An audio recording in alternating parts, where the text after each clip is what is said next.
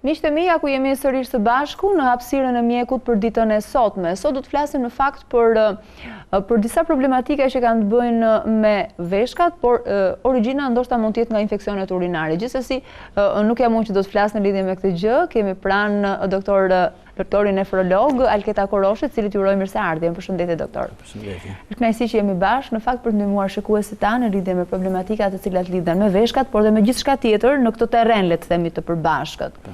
Sot vendosëm që të përqendroheshim tek infeksionet urinare, apo jo, ku ndoshta edhe veshkat mund të kenë si pasojë një dëmtim nga këto infeksione. Mund të flasim pak për sa i përket kategorizimit, si grupohen infeksionet urinare? Patjetër. Dhe çfarë janë vetvete? E vërteta është që ishte disa ta herë që unë po vi në këtë emisionin tuaj, edhe që bashkë bisedojmë bashkë, dhe me sa duket janë mirë pritur ato të mëparshmet, edhe unë ju falenderoj, ju falenderoj për ftesën. Për infeksionet urinare mund të themi shumë gjëra. E vërteta është që infeksionet urinare tek njerëzit janë shumë të shpeshta. Janë aq të shpeshta, mbas infeksioneve pulmonare ndoshta janë infeksionet më të shpeshta në trupin e njeriut, në organizmin e njeriut që ndodhin.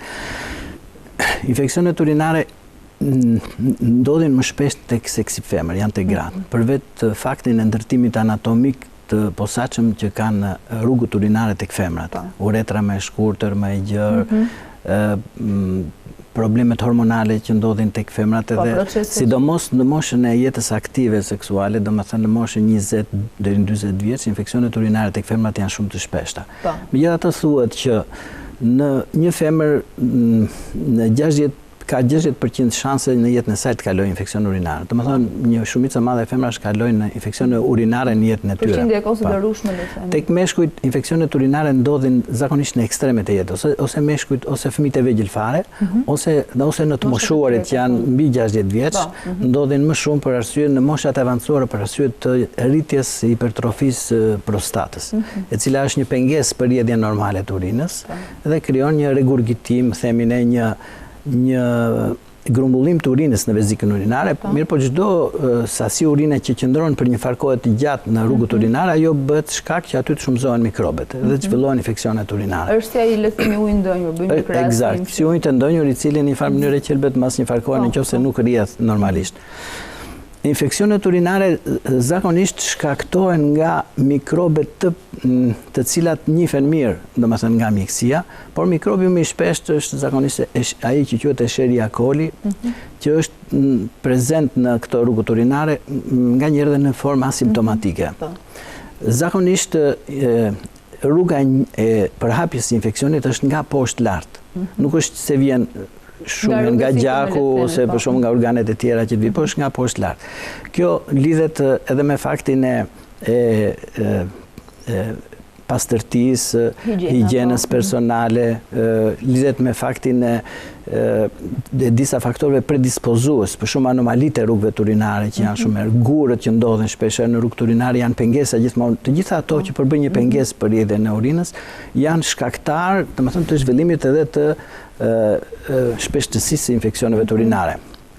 Një shkak tjetër mund të jetë instrumentalizimet e shpeshta në rrugët urinare, futja e kateterëve me vend e pa vend në rrugët urinare, instrumentalizimet, operacionet që bëhen të cilat shkaktojnë një lloj cikatrizimi, një deformim të rrugëve normale urinare, të gjitha janë shkaqe për zhvillimin e infeksioneve urinare.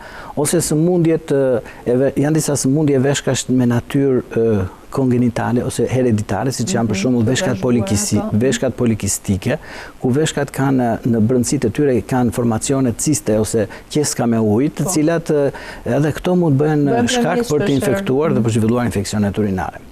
Tani infeksionet urinare mund të jenë të rrugëve të poshtme, mund të jenë dhe të rrugëve të sipërme, por diferencimi ka shumë rëndësi për ne mjekët nga ana klinike. Ka rëndësi jo vetëm nga ana akademike që të dimë se pse infeksionet, se ku janë infeksionet të rrugëve të poshtme, janë cistitet apo janë të rrugëve të sipërme që prekin indin dhe tulin e veshkës. Por ka rëndësi sepse ndryshe mjekohen infeksionet të rrugëve të poshtme dhe ndryshe mjekohen infeksionet të rrugëve të sipërme. Nuk është i njëjti mjekim. Nuk është i njëjti intensitet mjekimi. Kush janë më të rënda? Më të rënda janë gjithmonë ato të rrugëve të sipërme. Infeksionet që prekin parenkimin e veshkës, ato që prekin tulin mishin e veshkës. Ndërsa ato të rrugëve të poshtme më të. Këto neve i ndajmë se infeksionet urinare kur ndodhin një herë kanë predispozicion të ripërsëriten. Pra ndodhin ato që ne i themi rekurrenca ose reinfeksione. Kur janë reinfeksionet e rrugëve të poshtme janë më të thjeshta, janë zakonisht nga shtamet e reja mikrobiale, jo nga i shtam që kishte shkaktuar infeksionin e mëparshëm, janë më sipërfaqësore, janë në pjesën e sipërfaqes së mukozave të vezikës për shembull urinare dhe në këto raste edhe çrënjosja e tyre me anë të mjekimit me antibiotik është më e thjeshtë për të bërë. Do një cikël mjekimi më të shkurtër, 3 deri në 5 ditë, maksimum 7 ditë për të çrënjosur. Kurse infeksionet të rrugëve të sipërme që prekin parenkimin e veshkës, zakonisht janë reinfeksione nga të njëjtat shtame mikrobiale, janë më të thella, të thella indore dhe janë më të vështira për të çrënjosur. Këto duan mjekimi intensiv dhe të zgjatur. Mjekimi me antibiotik mund të kërkojë 4 deri në 6 javë për të çrënjosur këto infeksione. Zakonisht infeksionet e rrugëve të poshtme urinare shfaqen dhe manifestohen me shenja të cilat me çrregullime të urinimit. Domethënë, ismuri mund të ketë urinim të shpeshtë. Themi urinim Çfarë quhet urinim i shpeshtë? Normalisht. Po. Një njeri normal urinon gjatë 24 orëve jo më shumë se 6 deri në 8 herë. Kurse urinimi i shpeshtë quhet kur urinon më shpesh se 1 herë në 2 orë. Domethënë që ka rëndësi nga ana klinike. Në këtë rast ka diçka që nuk shkon. Ismuri mund të ketë urinim të shpeshtë, mund të ketë urinim natën, është i detyruar të ngrihet natën nga gjumi për të shkuar për të urinuar. Mund të ketë urinim me djegje, mund të ketë urinim me dhimbje, ka dhimbje gjatë urinimit. Të gjitha këto shenja të çrregullimeve të urinimit ose mund të ketë turbullir gjatë urinimit, urinon dhe shef që urina aty është me ngjyrë të turbull. Këto janë tregues se duhet ta shqetësojnë. Këto janë shenja, simptoma që flasin për një infeksion urinar. Por ajo që e vën vulën në diagnozën e infeksioneve të urinare është gjetja e mikrobeve në urinë. Dhe kjo bëhet me anë të ekzaminimit të urokulturës. Domethënë, merret një porcion urine, mbillet në terrene të posaçme, të veçanta dhe atje konstatohet, nëse konstatohet që ka një numër mikrobesh më shumë se 10 në fuqi të 5, domethënë 100.000 mikrobe për 1 mililitër, atëre themi që ka infeksion aktiv urinar dhe duhet mjekuar.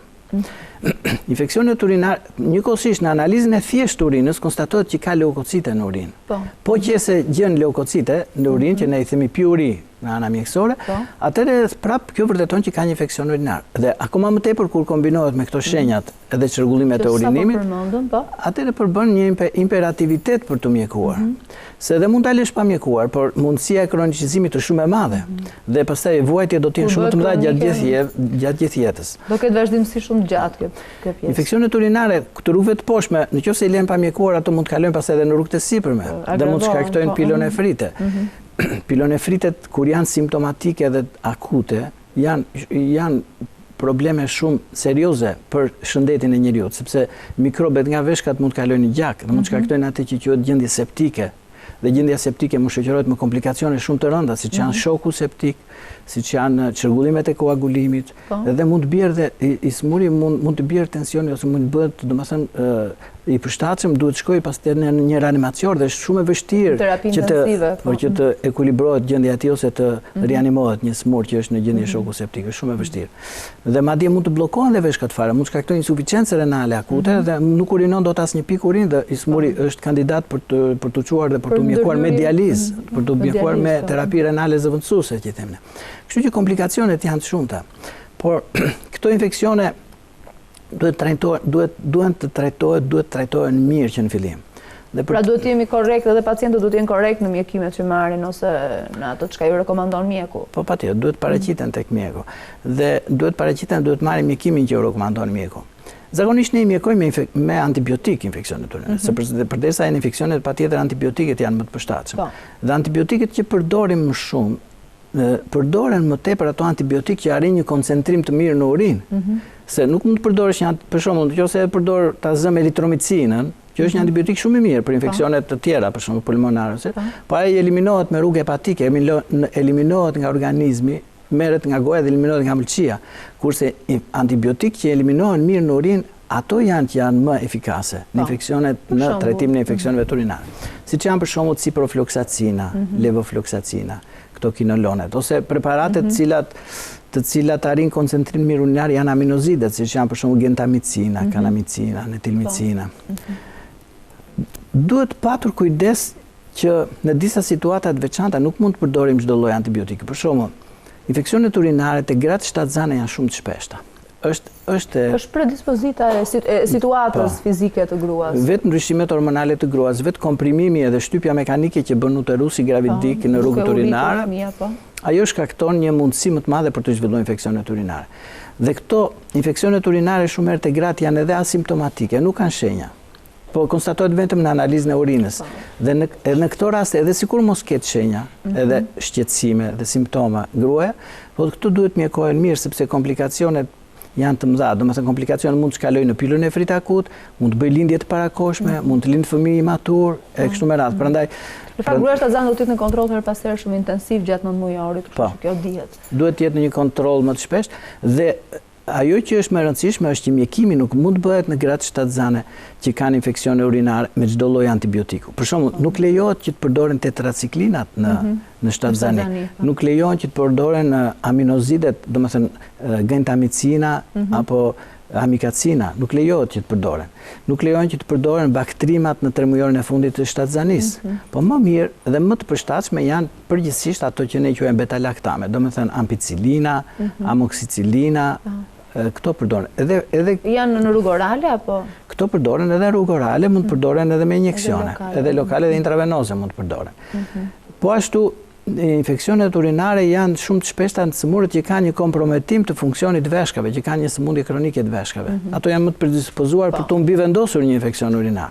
Edhe në këto raste mjekimi bëhet me antibiotik, por duhet të jemi të kujdesshëm që të reduktojmë dozat e antibiotikëve, se nga që veshkat nuk funksionojnë mirë, antibiotiku nuk del mirë në rrugët urinare, ai akumulohet shumë në gjak dhe mund të jap fenomene toksike, nëse ne nuk i japim me dozë të reduktuar. Pra gjithçka duhet marrë në këshillin e mjekut, sepse kemi edhe probleme të tilla që antibiotikët merren dhe vetë në farmaci shpeshherë pa këshill, kështu që kjo gjë duhet evituar, është e mirë të evitohet. Patjetër duhet të jetë në kontrollin e mjekut. Dhe duhet të heqin faktorët predispozues. Domethënë, nëse ai smuri është me gurë në veshka, për shembull, atëherë duhet luftojmë gurët në veshka, duhet të heqim gurët në veshka, ose me bombardim, ose me intervent kirurgjikal, në mënyrë që të lirojmë rrugët urinare. Nëse ka anomali në rrugët urinare, duhet të lirojmë. Në fëmijët e vegjël, infeksionet urinare janë të shpeshta në një pjesë të konsiderueshme të rasteve në fëmijët që kanë një fenomen që quhet refluksi veziko-ureteral. Ç'është refluksi? Është kthimi mbrapsht i urinës. Kthimi mbrapsht nuk funksionon në këta fëmijë, nuk funksionon mirë valvula që mbyll ureteret, kanalin e urinës me fshikëzin e ujit. Është i lindur ky fenomen apo? Ky është i lindur shumë, po. Edhe në këtë rast, në momentin që fëmia bëhet gati për të urinuar, për shembull, një pjesë e urinës shkon përpara dhe derdhet jashtë, po një pjesë e urinës kthehet mbrapsht, gjë që nuk është normale, dhe shkon bashkë me urinën që kthehet mbrapsht, shkojnë edhe mikrobet deri në veshk. Edhe mund të shkaktojnë pilonefritet këto që në moshën e vogël. Dhe po dëmtimi i veshkave nuk duket më njëherë, por shumë gra të cilat vinë në klinikat tona me pilonefrite kronike atrofike, me veshka të zvogëlura, të rudhosura, atrofike, të sklerotike dhe të dëmtuar dhe nga ana funksionale, e kanë pasur zanafillën e tyre që në moshën e hershme fëminore, kur prindërit e tyre nuk i kanë parë me kujdes. Pa kujdesi në kontrollet shëndetësore të herpashershme. Sepse refluksi duhet korrigjohet. Në rastet e lehta, refluksi korrigjohet me terapi, domethënë me mjekime antimikrobiale, të cilat evitojnë infeksionet urinare të mundshme në këto raste, ose në rastet e rënda, refluksi veziko-ureteral mjekohet me anë të terapisë kirurgjikale, me anë të mjekimit kirurgjikal, domethënë. Janë të vështira mjekimet në moshat pediatrike? Duke qenë se është një moment delikat, sigurisht fëmijët kur bëhet fjala edhe në moshën 3 vjeç, për fenomene të lindura, kanë një imunitet ende të paformuar mirë. Si veprohet me fëmijët? Po, fëmijët duhet trajtohen nga mjeku pediatër ose specialisti pediatër që merret me sëmundjet e veshkave dhe që ka trajtimi është si të rritur, mjekimi me antibiotik është i pashmangshëm, po. Po, është i pashmangshëm, po është dhe rezultativ njëkohësisht. Prandaj duhet trajtohen mirë deri në fund. Dhe duhet pas parasysh. Nëse trajtohen mirë, mund të jenë të pakthyeshme këto problematika? Po, nëse trajtohet mirë, patjetër mundësia e shërimit plot është më e madhe. Po, në disa raste, edhe tek të rriturit, për shembull tek gratë të cilat kanë infeksione urinare më të shpeshta, ndodh që këto janë të ripërsëriten. Në këto raste nuk mjafton mjekimi i vetëm standard prej 5 ose 7 ditësh me një dozë të plot antibiotiku, por bëhet edhe ajo që quhet mjekimi profilaktik. Domethënë ç'është mjekimi profilaktik? Mjekimi profilaktik konsiston në faktin që mjekohet për një kohë të gjatë, me muaj ose edhe me vite ndonjëherë, me doza të vogla dhe doza mbajtëse, i themi, në të antibiotikëve, në mënyrë që për shembull merr nitrofurantoin 100 mg çdo natë para se të flër gjumë. Ose merr Bactrim një tablet çdo natë para se të flër gjumë. Për një vit, për 2 vjet, në mënyrë që këto infeksione të mos ripërsëriten. Të mos të lënë terren, le të themi, zhvillimi, po. Ky është mjekimi profilaktik. Mjekimi profilaktik është shumë i rëndësishëm për të evituar ripërsëritjet dhe për të evituar progresionin e sëmundjeve të veshkave dhe dëmtimin e mëtejshëm të parenkimit të veshkës, të tulit të veshkës me vjet. Po. Sa të kujdesshëm janë prindrit edhe më pas edhe të rriturit për të qenë, le të themi, më të prirur drejt ekzaminimeve, drejt s'po i quaj depistimeve, po kontrolle të rregullta, domethënë.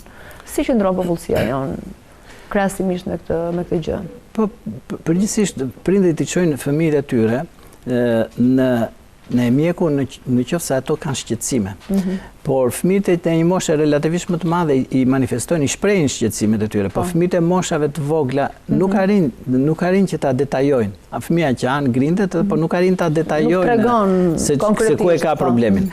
Në këto raste, domethënë duhen bërë ekzaminime. Ekzaminimet janë ato që tregojnë se ku është. Dhe në infeksionet urinare nuk mjafton, qoftë edhe tek të rriturit, nuk mjaftojnë vetëm ekzaminimet e urinës, urina kompleta apo orokultura, por shumë herë duhen bërë ekzaminime ekzaminimet që kanë të bëjnë me imazhin e veshkave, ato që ne i quajmë imazheri.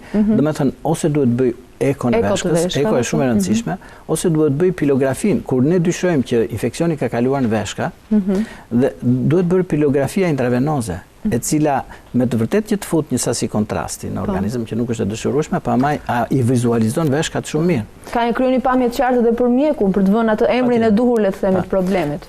Dhe sot kanë dalë metoda imazherie natyrisht më efikase, siç janë për shembull skaneri ose rezonanca magnetike, që e precizon më mirë diagnozën, vend lokalizimin e dëmtimit, edhe i jep mundësi mjekut që të veprojë në mënyrë më efikase dhe më rezultative për të pasur sukses në punën e tij. Mirë, doktor, unë ju falenderoj shumë për gjitha mendimet tuaja. Bëm një pasqyrë të detajuar të problematikave, shkaqeve, grup moshave, mënyrave të kurimit, të trajtimit edhe mënyrave të kontrollit. Shpresoj të kemi ndihmuar shumë shikues që na kanë ndjekur në lidhje me këtë problematikë që përmban 1% jo të vogël popullsisë tonë, siç e theksua dhe ju. Ju uroj punë të mbarë dhe ju pres përsëris studion tonë. Faleminderit. Miqtë e mi, dhe unë ju falenderoj që na ndoqët në këtë bisedë ku u përqendruam në ditën e sotme tek tema e infeksioneve urinare.